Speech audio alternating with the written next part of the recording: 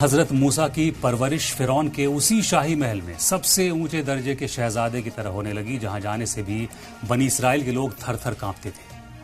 फिरौन जिस दुश्मन को मारने के लिए लाखों बेगुनाह बच्चों का खून बहा चुका था और अपनी पूरी सल्तनत की ताकत झोंक चुका था, वही दुश्मन अब उसकी नाक के नीचे उसी के खर्चे पर पलकर बड़ा हो रहा था।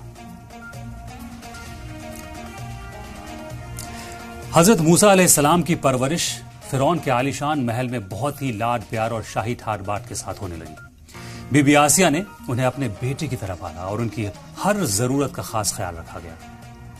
खुदा की तदबीर के मुताबिक हजरत मूसा को दूध पिलाने के लिए उनकी अपनी सगी मां को ही शाही मुलाजिम के तौर पर रख लिया गया था, जिससे वो अपनी मां की ममता और साये में महफूज रहे। महल के तमाम लोग और खुद फिरौन भी हजरत मूसा को एक शहजादे की नजर से देखते थे और उन्हें वही इज्जत और सहूलतें हासिल थी जो किसी होने वाले राजा को मिलती है।